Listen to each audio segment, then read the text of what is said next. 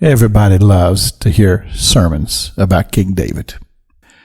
When I was preaching this to my congregation at Freedom Road, talking about Thou art the man, and telling them the story about David, and about how that Nathan the prophet had come to him and had told him that remarkable story about the little man, or the man that had the little sheep, and how that he loved that little sheep, and how that there was a rich man that lived next to this poor man, because the little poor man, he only had one little lamb, but he treated it like a child.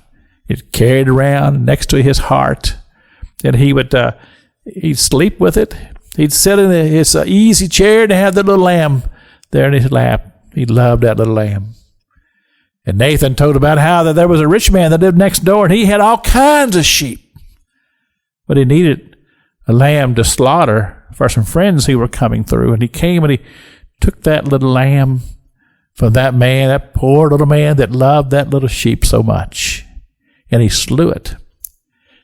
When David heard that story, he was outraged, and he raised his voice, and he said to Nathan the prophet, "Bring me that man, I'll have him killed." And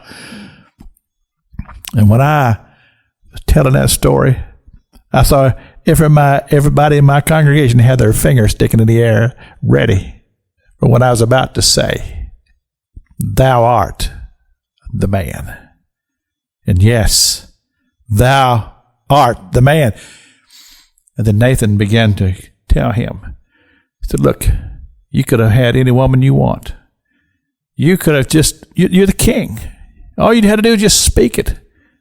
But to steal another man's wife, and to do what you did, and to think that nobody would know, and that you covered this whole thing up, no. You didn't hide this from God." And that's the way sin is. That's the reality of sin. So many times people think, boy, I got by with that. Covered up all the evidence. Nobody knows. But you see, God knew. And God told it to Nathan the prophet. And then Nathan the prophet came and stuck his finger in the king's face and said, "You are the man. You are guilty." But the truth of the matter is that what David did was despicable. I mean, this man that I told you about on Monday, this spiritual man, this brave, loyal man, this strong leader, this lover and worshiper of God, has committed adultery, had her husband Uriah the Hittite, who was one of his own mighty men, sent to the edge of the walls of that city, and the army withdrew and left him there to be killed. And thought, well, that ends the situation. It's all done. It's all hid. But no, sin is never hid, and God knows.